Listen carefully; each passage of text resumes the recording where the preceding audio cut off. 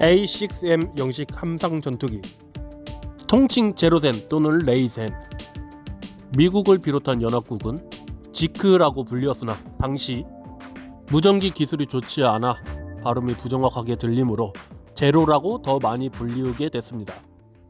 일본식 연도를 따라서 황기 2600년도에 제작. 당대 영국의 근대화 기술을 아시아에서 가장 먼저 받아들인 일본이었기에 영국의 글로스터 전투기를 생산했던 적이 있었던 일본이었기에 글로스터의 설계를 많이 참고해서 제작되었고요. 당시에는 폭격기에 의한 지상폭격 전술이 일반적인 전술이었는데 중일 전쟁이 한참 진행 중이던 일본은 폭격을 위한 포탄만 가득 실은 폭격기는 대공전에서 공격을 당하면 아무 쓸모가 없는 샌드백 신세라서 폭격기의 호위 용도로 개발되게 됩니다. 1937년 5월 일본군은 나카지마사 미쓰비시사에 최강의 전투기를 만들어 오라는 공문을 하달했고, 요구된 스펙은 당시 일본의 기술력으로 달성하기에는 터무니없는 내용이었어요. 여기에 나카지마사는 바로 포기했고, 미츠비시의 호리쿠시 지로는 존재하지도 않는 걸 달라고 조르는 거냐며 투덜댔지만 작업을 받아들이기로 했습니다. 그리고 표면적으로는 완성된 제로센의 스펙은 요구 조건을 모두 충족한 괴물기체같이 보여져 제로센을 상대해본 소련, 중국, 미국, 영국 등 연합군까지 모두 경악하게 만듭니다. 당대 항공전투의 기본 전술은 상대의 꼬리를 잡고 격추하는 선해 전술이 대부분이었기에 제로센은 선해 전투에 특화되었었는데, 공중전에서 전투기와 전투기 사이의 선해 반경이 10m만 차이 나도 치명적이라고 하는데, 미군의 전투기가 선해 반경이 400m가 평균이었다면 제로센은 200m에 불과했습니다. 무려 2배나 차이 나는 선해 반경을 가지고 있었는데요.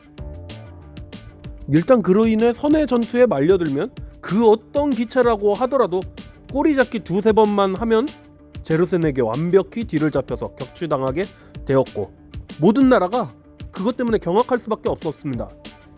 미군조차도 드디어 쪽발이들이 일을 냈다면서 1000마력짜리 엔진이 상용화됐던 시절에 2000마력짜리 엔진이 탑재된 전투기가 탄생됐다며 엄청나게 호들갑을 떨었다고 해요.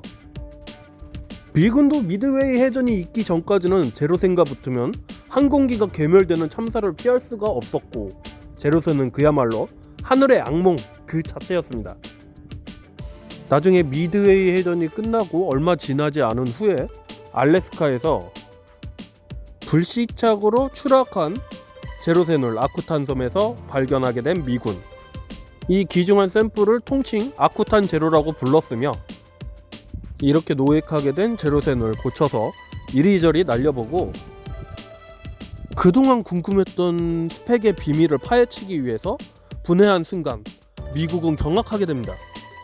엔진은 2000마력은커녕 940마력에 지나지 않았고, 경량화를 위해서 기체의 골조에 구멍을 송송 뚫어넣질 않나.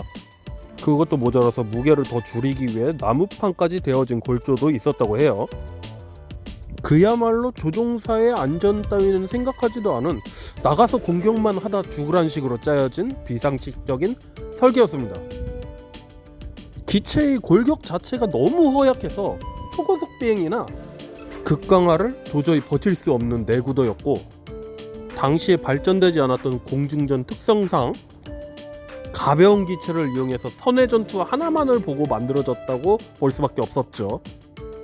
당시에는 마치 비행기로 서커스를 한다고 미친놈 취급받던 일본군 파일럿들의 전술이 이해가 되는 부분이었습니다. 기체의 결함을 이미 알고 있었으니 정신없는 고개 비행으로 반드시 적을 선해 전투로 유인해야만 하는 상황이었던 것이죠. 그래야만 이길 수 있었고, 기체 자체는 경량화를 위해서 듀랄루민으로 외장을 마감해서 내구력 또한 종이장 같아서 한 발만 잘못 맞으면 조종석까지 관통되거나 엔진까지 바로 관통되어 방어 자체를 완전히 버린 기체로서 미군의 와일드캣이 견고함과 기동성 모두 골고루 갖춰진 것과는 대조적이었습니다.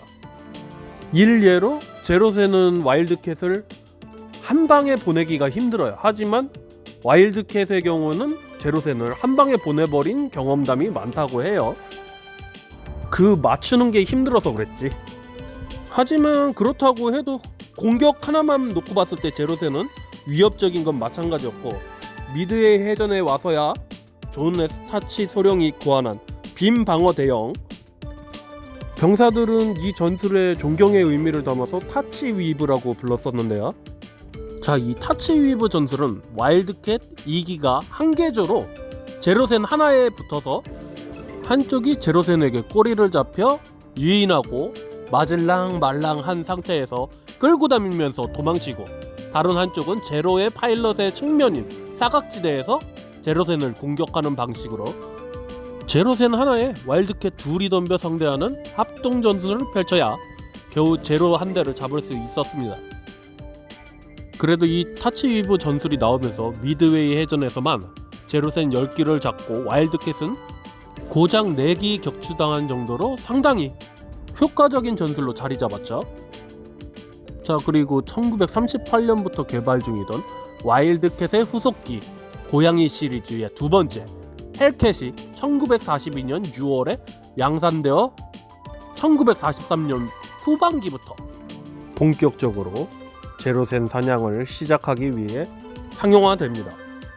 자, 이 헬캣은 일본은 꿈에도 꿀 수 없었던 2000마력 엔진을 얹고 제로센의 빈약한 기관총으로는 뚫기도 쉽지 않은 장갑을 지녔으며, 기체가 부서질까봐 최고속을 낼 수 없던 제로센에 비해서 80km나 빨랐고 고속 선회력이 굉장히 좋았으며, 그리고 또 하나 무거운 기체를 활용한 극강화를 통해 가속을 얻는 붐엔진 전술에 특화되어서 기체의 내구도 때문에 극강화를 시도하면 기체가 박살날 수도 있는 제로센은 드디어 제대로 된 천잭을 만나게 됩니다.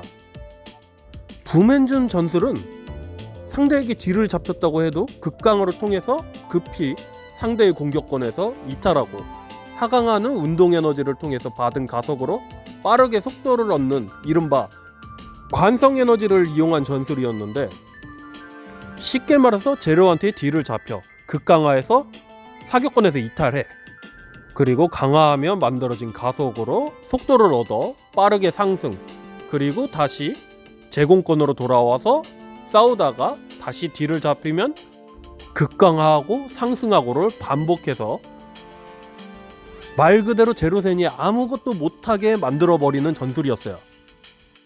자, 이리하여 제로센은 붐엔즘이나 타치이브 등의 전술로 대체까지 마련되었는데, 거기에 한술 더 떠서 미쳐버린 하늘의 지옥 고양이가 등장하게 되면서 서서히 동네북 신세가 됐고, 점차 그 어떤 상대와 붙어도 이길 수가 없는 신세가 돼서 2차 세계대전 후반에 카미가제 특공대에 쓰이게 되는 찬밥 신세가 되어 그 짧은 전성기에 막을 내리게 됩니다.